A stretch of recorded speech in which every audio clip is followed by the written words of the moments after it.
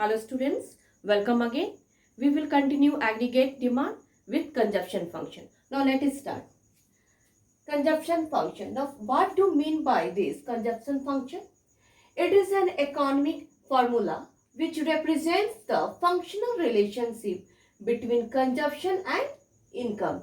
It means that there is positive relationship between consumption and income, because as income increases, consumption also increases.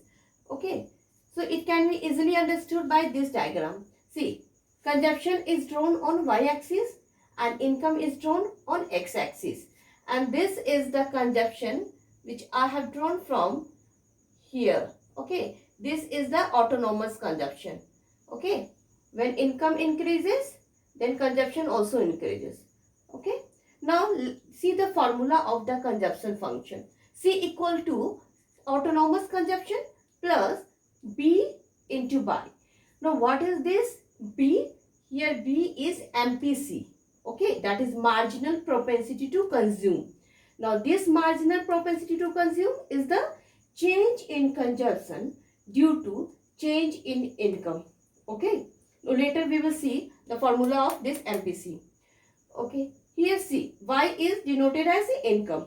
Okay, now we will understood this formula by taking an example. Here I have taken one numerical to understand this. See, C equal to formula C bar plus B into Y. I have put here value 5000 plus 0.8 into Y.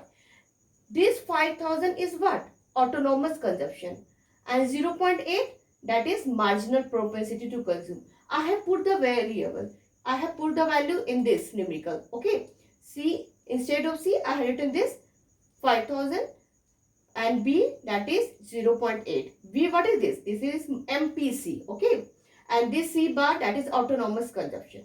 Okay, suppose your income is 10,000, then what will be your consumption? Then put the values here. 5000 is given here, 0. Is given here. Now here is given your income also. Put that value 10,000. You will get the answer 12,000. It means your consumption is 12,000. Now suppose when your income is 10,000, your consumption is 12,000. Now when your income increases to from 10,000 to 20,000, then what will be the impact on this consumption? Now let us see. See, put the value here again, 5000, okay, 0.8, and in this Y income, you put the value 20,000, okay. Now you will get the value 21,000, means consumption equal to 21,000. Now I mean to say that when your income is 10,000, your consumption was 20,000, okay.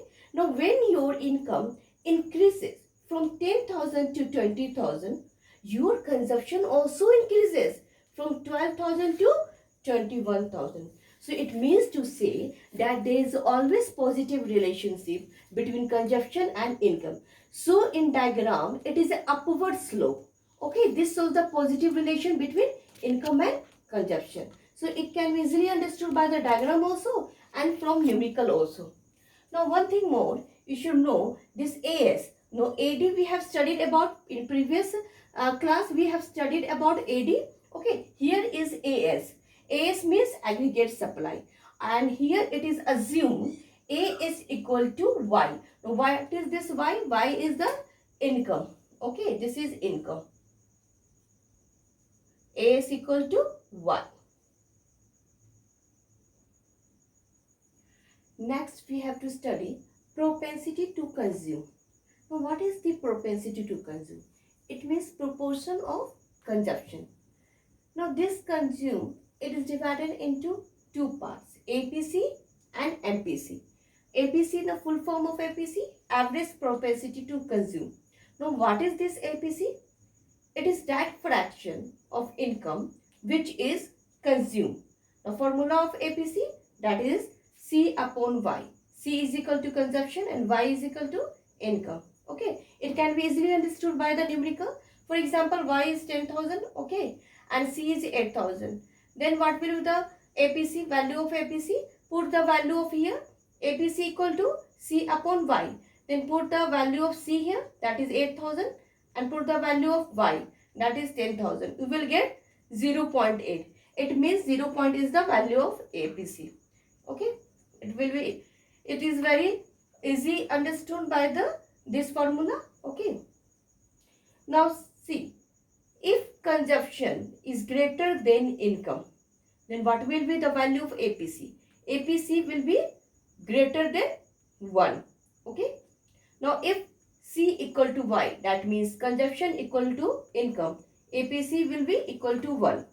Okay, now when this consumption is less than with income, it means income is greater than consumption, then your APC will be smaller than 1. Okay, it can be easily understood by the here. For example, see, this is case. Your consumption here consumption is smaller, but your income is higher. When you put the value, you got the answer 0.8. It means it is less than 1. Okay, simply you put the value. Okay, here also you put the value, instead of here 8,000, put the 10,000 and put here 8,000. You will get the value here. This is, it will be the greater than 1. Okay. Now next is the MPC, that is the marginal propensity to consume. Now what is this MPC? It is that ratio of change in consumption due to change in income. We will write the formula MPC equal to delta C. This triangle, it is indicated by delta. Okay, delta C divided by delta Y. C is consumption, Y is income. Okay, how we will calculate this MPC? See, for this, for example, income is given 10,000. Okay, but later it increased 15,000, means your income is increased to 15,000 here, and your consumption was 8,000, but it increased to 12,000 when your income also increases.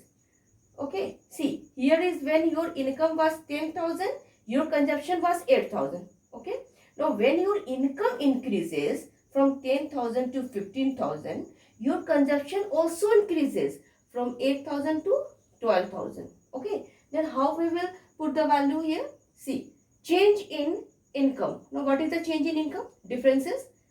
Okay, we will find 15,000 minus 10,000, you will get 5,000, means delta Y is equal to 5,000. Now change in consumption, how it will be calculated? See, 12,000 minus 8,000, you will get 4,000. This 4,000 is the delta C. This is the delta C. Okay, delta means change. Now put the value here, MPC. MPC formula, what is MPC formula? Delta C. This is the delta C upon delta income. Okay, in delta C, it was your 4,000. Delta Y, it is your 5,000. Put the value and divide this, you will get the 0.8. It means MPC, the value of MPC is equal to 0.8. Here we have seen that in proportion of consumption, there is two types, APC and MPC. Okay, we have seen here the formula of APC also, C upon Y, and here we have formula delta C upon delta Y. Okay.